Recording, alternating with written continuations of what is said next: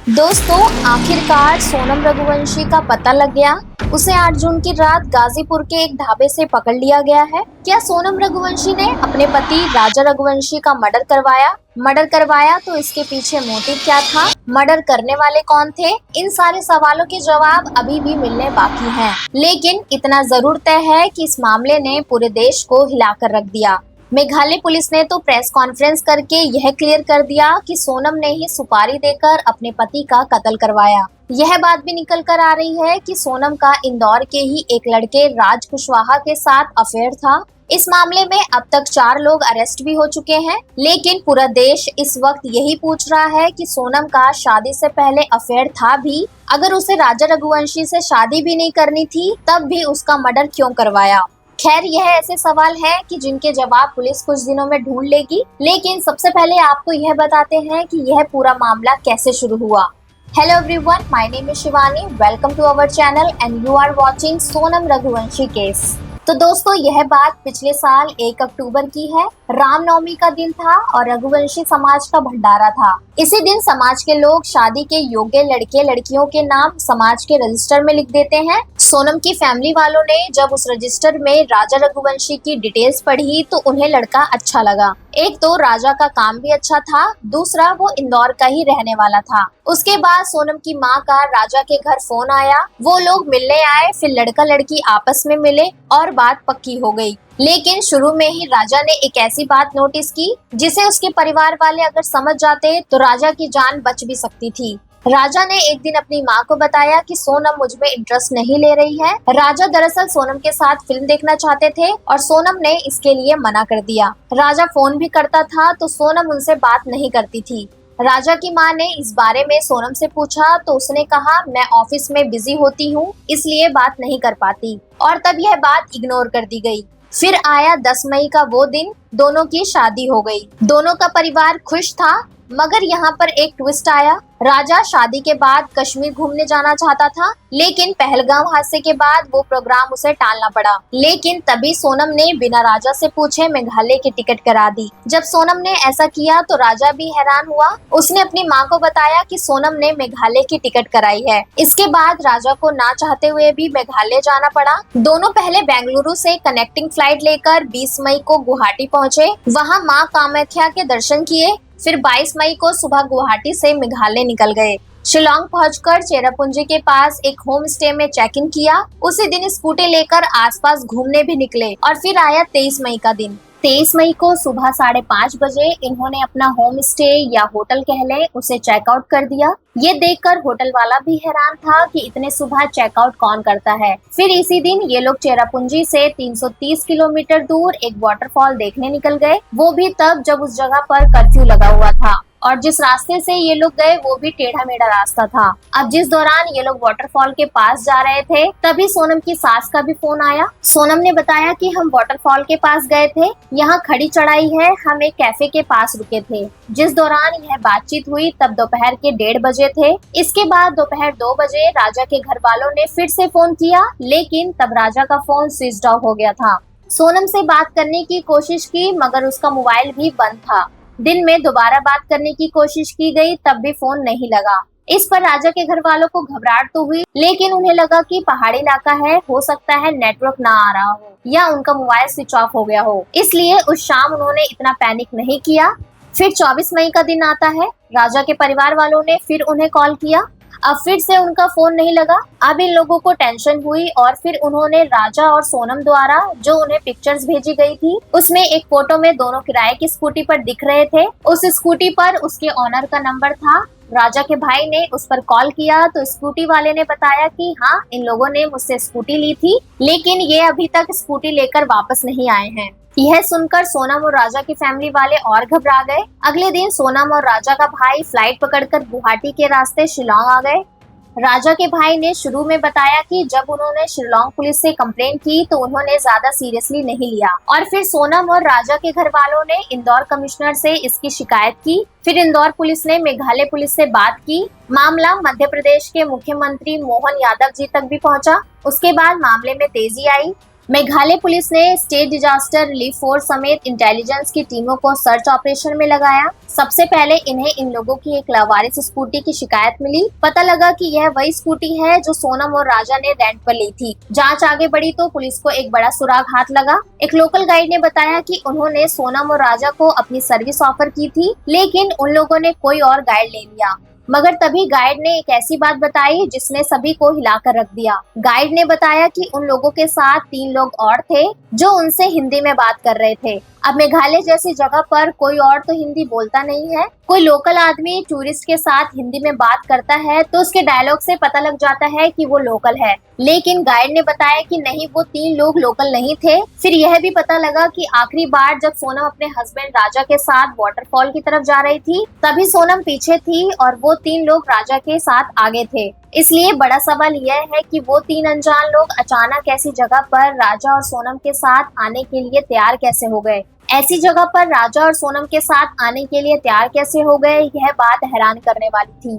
जिस जगह वाटरफॉल है उसे सेफ नहीं माना जाता। यहाँ अक्सर बाहर से आने वाले लोगों के साथ लूटपाट होती रहती है। कुछ साल पहले तो हंगरी से आए टूरिस्ट की मौत भी हो गई थी। यह एरिया बाहरी लोगों के लिए इतना अनसेफ है कि जब राजा और सोनम का भाई उन्हें ढूंढते हुए इस जगह पर आए तो लोकल लोगों ने कहा कि आप नाइट स्टे यहाँ पर मत करें।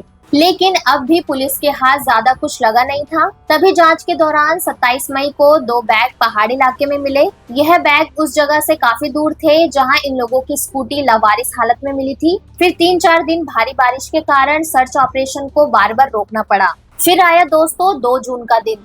पुलिस और रेस्क्यू टीमें सोनम और राजा से जुड़े सुराग ढूंढने में लगी थी। तभी रेस्क्यू टीम को एक पहाड़ी के नीचे खाई में कुछ दिखाई दिया। टीम वहां पहुंची तो एक आदमी की डेड बॉडी वहां पड़ी थी, मगर वो इतनी खराब हालत में थी कि उसे पहचानना मुश्किल था। बॉडी को अस्पताल लाया गया। तभी राजा के भाई को उस शव की पहचान करने के लिए बोला गया। बॉडी इतनी खराब हो चुकी थी कि चेहरे को देखकर कुछ भी पता पाना पॉसिबल नहीं था। तभी राजा के भाई की नजर उस बॉडी की कलाई पर पड़ी। वहाँ पर एक टैटू गुदा हुआ था, उस पर राजा का नाम था। वो टैटू देखते ही राजा का भाई रोने लगा। कंफर्म हो गया कि यह लाश राजा की थी। फिर 2 दिन में पोस्टमार्टम की रिपोर्ट भी आई। पोस्टमार्टम रिपोर्ट से साफ हो गया कि यह हादसा नहीं बल्कि किसी ने तेज हथियार से राजा का मर्डर किया है।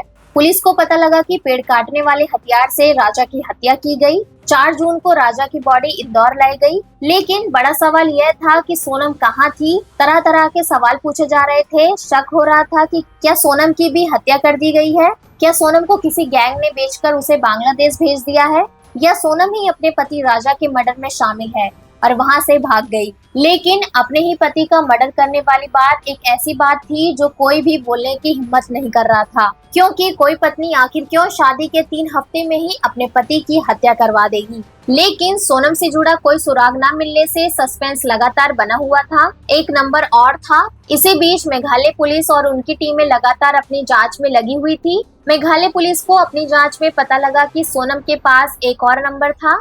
मोबाइल टावर और कॉल डिटेल से पता लगा कि उसी लोकेशन से इंदौर फोन किए गए। यह अपने आप में एक बड़ा सबूत था। इसके बाद मेघालय पुलिस ने एमपी और यूपी की पुलिस के साथ मिलकर दोनों ही स्टेट में अलग अलग जगह छापेमारी करके 4 लोगों को पकड़ लिया। इनमें राज कुशवाहा और विशाल चौहान को इंदौर से पकड़ा गया, आकाश राजपूत को इंदौर के पास से और आनंद कुर्मी को बीना से गिरफ्तार कर लिया गया। फिर 8 जून की रात यूपी के गाजीपुर में एक लड़की बदहवास हालत में मिली। उसने काले रंग की टी-शर्ट और लोवर पहन रखी थी। उसके बाल बिखरे हुए थे। चेहरा देखकर लग रहा था कि वह कई दिनों से सोई नहीं थी। तभी उस लड़की ने ढाबे वाले लड़के को कहा कि भैया क्या मुझे आपका फोन मिलेगा, मुझे अपने घर वालों से बात करनी है।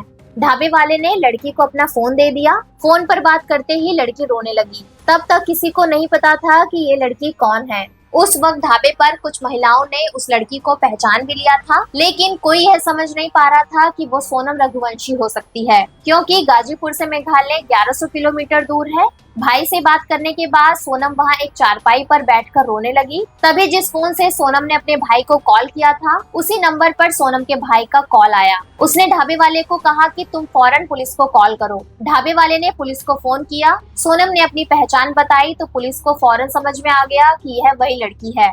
इसके बाद पुलिस सोनम को अपने साथ ले गई। सोनम की गिरफ्तारी के बाद जहां राजा का भाई खुलकर यह बोल रहा है कि सोनम ही मेरे भाई की कातिल हो सकती है, वहीं सोनम के फादर का कहना है कि यह एक साजिश है। मेघालय पुलिस उनकी बेटी को फंसाने की कोशिश कर रही है। वो इस मामले में सीबीआई जांच की बात कर रहे हैं। क्या प्रूफ है उनके पास जो भाड़े के हथियारे सोनम लेकर जाएगी और क्यों जाएगी? सोनम की गिरफ्तारी के बाद सवाल यह है कि आखिर क्या हुआ होगा। मेघालय पुलिस ने तो क्लियरली बोल दिया है कि सोनम ने ही भाड़े के हथियारों से अपने पति का कत्ल करवाया है। तो अब तक तो यही लगता है कि हाँ, ऐसा हो सकता है, क्योंकि राजा रघुवंशी अगर 23 मई को गायब हो गए थे और यह मान भी ले कि उनकी पत्नी सोनम को पता नहीं चला कि वो कहाँ गए हैं, तो सोनम उसी दिन मेघालय पुलिस को इसकी शिकायत कर सकती थी। अगर वो 8 जून की रात किसी का मोबाइल लेकर अपने भाई को कॉल कर सकती थी, तो यही काम वो पहले भी कर सकती थी। 17 दिनों तक ऐसा क्यों नहीं हुआ? उसने किसी को कॉल क्यों नहीं किया? यह कई इंपॉर्टेंट सवाल है। दूसरा सवाल, हत्या के शक में जो लोग भी पकड़े गए हैं वह सभी के सभी इंदौर के हैं। पकड़े गए लोगों में एक राज कुशवाहा, सोनम रघुवंशी का दोस्त भी बताया जा रहा है। क्या यह भी इत्तेफाक है? ऊपर से सोनम का शादी से पहले राजा में इंटरेस्ट न लेना, बिना राजा से पूछे मेघालय की टिकट कटा देना, फिर मेघालय में भी एक ऐसी जगह घूमने ले जाना जो बाहरी टूरिस्ट के लिए सेफ नहीं है। यह सारी बातें बहुत ज्यादा शक पैदा करती हैं। लेकिन एक बात जो हर किसी को हैरान कर रही है कि अगर सोनम का कहीं अफेयर था भी और वह शादी के लिए तैयार नहीं थी, तब भी उसे अपने पति का मर्डर करने की क्या जरूरत थी? अगर आपको शादी से प्रॉब्लम है तो आप घर से चले जाएं, अपने पति से खुलकर बोल दें, और अगर आपको जबरन शादी के लिए कोई नाराजगी है तो उसका गुस्सा अपने पति पर क्यों निकाल रहे हो? उस बेचारे ने क्या बिगाड़ा था?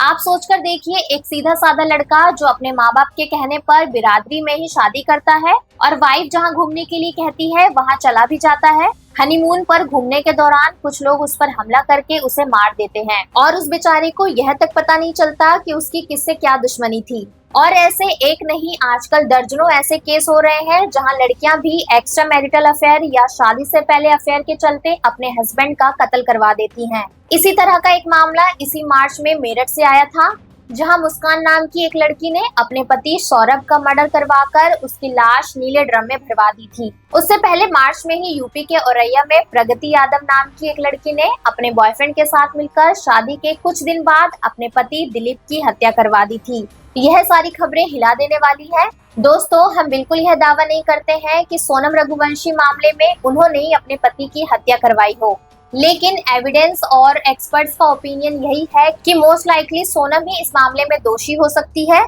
और अगर ऐसा ही निकला तो ये बहुत ही डराने वाली बात है और सच में यह बात सोचने वाली है कि आज का यूथ किस तरह सोच रहा है। आप जिससे प्यार नहीं करते, अगर वो आपको नहीं मिलता तो आप उस आदमी को मरवा दे रहे हैं जिसका आपसे कोई लेना देना नहीं है, और अंदर ही अंदर इतना गुस्सा और जहर भरा हुआ है कि एक मासूम आदमी का कत्ल तक करने से पीछे नहीं हटते। मुझे नहीं पता यह कैसी सोच है, मगर इस सोच ने आज हजारों लाखों लोगों को डरा दिया है। बाकी दोस्तों, आप भी कमेंट करके अपनी राय, अपना ओपिनियन जरूर शेयर करिए। क्या लगता है आपको इस केस में क्या हुआ होगा? बाकी दोस्तों, क्राइम से रिलेटेड और भी वीडियोस के लिए आप हमारे चैनल को सब्सक्राइब कर सकते हैं। धन्यवाद।